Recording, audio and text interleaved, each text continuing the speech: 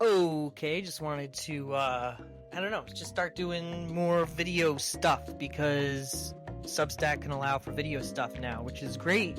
Uh I don't know if it's long term going to be interesting. So let's do it. Between this and the podcast, I'm writing not as much, but hope to be writing more soon, and also hope to be fixing this height thing. So we'll deal with this right now for what it is. This is more or less a test run. Anyway, this is like ignore this if it isn't good, and if it's great, I don't know.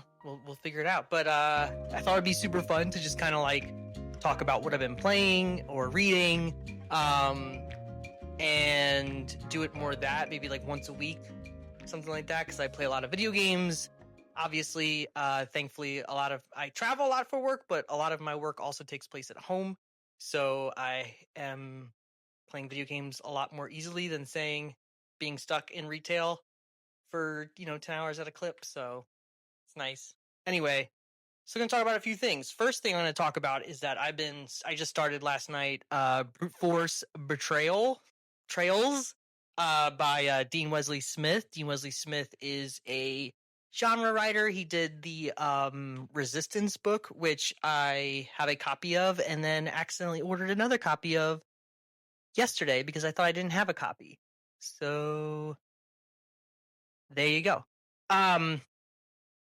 Haven't gotten too far into it, but it is pretty cool to see the Del Rey publication, the Del Rey publisher logo on there with the Xbox logo. This is back when they were really trying to do cross-media stuff with books, not realizing that I mean, most gamers are probably not going to read books tied into video games, except for the Halo books, which ended up being a huge success.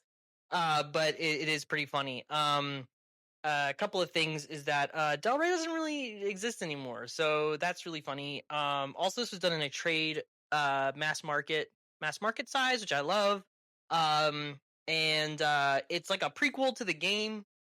So there's no Reptile Man in this one. This is really about the three humans and how they got together and working for fighting the Confeds or whatever they're called. Lots of action so far, not too much story. So sometimes I get a little glazed over when it's just like reload, fire, fire, fire, reload, fire, fire, fire. It's just like, okay, what's the story though? How do we eventually get to find Reptile Man in the first game? So yeah, so reading this right now, enjoying it. It is what it is. This height thing has got to go. Oh my god, I really got to get something to deal with this. All right. The other thing is I started playing CRYSIS 2 yesterday. CRYSIS 2 is a good video game. I played about 2 hours of it. I'm going to keep playing it. I'm not super familiar with the CRYSIS series, like in terms of, like I know of it. I remember when the first one came out and how crazy that was with Crytek's engine in there. But in terms of like the lore and the story stuff, I'm trying to suss out. So that's been pretty interesting for me to look into. And I ordered a book that is tied into CRYSIS, so it's called CRYSIS Legion. I forget who wrote it, but more on that soon. But CRYSIS 2, beautiful looking game for 360 era. Pretty much like here is an open area. Do what you will to murder all these people, and that's kind of how it goes. Yeah, so enjoying that. More thoughts on that hopefully next week.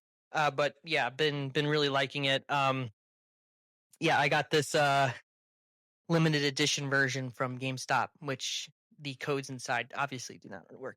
I can't get bonus XP. Not going to happen. Let's see. IGN says it was amazing. And 2010 E3 got a lot of best of awards from GameSpy. So those are things that don't exist anymore. So yeah, pretty good so far. So I'll keep you posted on that.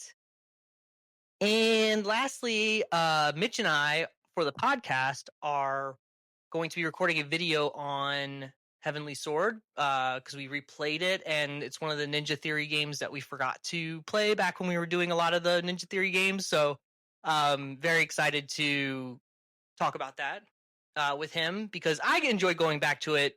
Performance issues aside with that whole early PS3 stuff.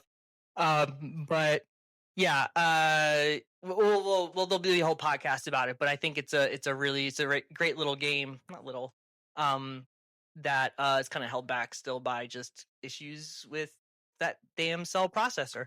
But I watched the movie which came out in 20. I bought this. I By the way, I bought the Blu-ray of Heavenly Sword. So go figure. The Heavenly Sword Blu-ray is it's a weird thing. Like, why does it exist? Because the game came out in, I think, 2007, and the movie came out in like 2014. And by that time, like, I mean, who was asking for this? You know, like Heavenly Sword's cool. They decided not to do any of the planned sequels for the game because I guess it didn't make enough money or something. And so they come out with a movie in 2014. They take out Andy Serkis, replace him with Alfred Molina, who I thought was at first Thomas Jane, but it's not. But they replace Andy Serkis with Alfred Molina, which, listen, I love Alfred Molina. He's a great actor. But it's really hard to replace Serkis, especially in that role that was so specific to him. And they also introduced like a random new character with Thomas Jane. His name's Loki, and they changed the story in that like so like Nariko's and Kai's dad. After Nariko was born, he just like lost his shit. He's like, I need to have a boy. So he just like went off for like months and just tried to impregnate everybody I guess around the empire, his like where the clan is, and gave birth to, and eventually sired this boy named Loki. And the movie follows Kai and Nariko looking for the boy because he's the true heir to hold the Heavenly Sword, which is not the case in the video game. It's Nariko the whole way through. There is no looking for a boy heir. There are some similar things that happen, but like it's really different in that sense, and not for the better. I don't think like I don't know. Like I think that the video game story was fine for a video game, but it's also one of those things. It's like once you take out the video game things and just make it a 90-minute movie, it's not really that interesting because you're like the interesting part is when I was ragdolling dudes off the side of a cliff with my sword chain blades, you know? So I thought that was kind of weird. And they and um yeah, I don't really know who this was for exactly. Todd Farmer did the screenplay, which was cool. I like Todd Farmer. If you don't know Tom Farmer, he did the screenplay for Jason X. He also did the screenplay for Drive Angry. So he's like a genre dude. So he probably did this for a paycheck, but I mean, it's a very odd. This is a very odd thing that exists. That I'm not sure what they were thinking and why they needed to put it out. But yeah, it's pretty rad. So, and pretty bad, not rad. Sorry. But I watched it, and so you don't have to, or buy it, so you don't have to. And I don't even remember how much I spent on it, but whatever it was too many dollars. So you don't have to get it now. Looking ahead this week, I mean, I'm really just excited to play that new Kirby DLC. So we'll see how that goes. Um, I'm still kind of concerned that it will just be like there'll be the base game that is untouched for a Switch 2 improvement, and then there'll be like this added section that is all Switch 2, like they did with the Mario Party Jamboree thing, which is like the most diabolical update I think anyone could have created. They're like, no, we'll keep the base game the same, and then we'll add the Switch 2 side to it that literally does not track your progress or save or cross over or anything. It's a bad idea. Anyway, um, so yeah, I guess that's it. I'm gonna try to do maybe more of these. Try to get some height here or some angles, so I'm not like looks like I'm in a Hobbit house when I do this. Hello. So yeah, so there we go. You can check out my cool House Moving Castle t-shirt though. We like that.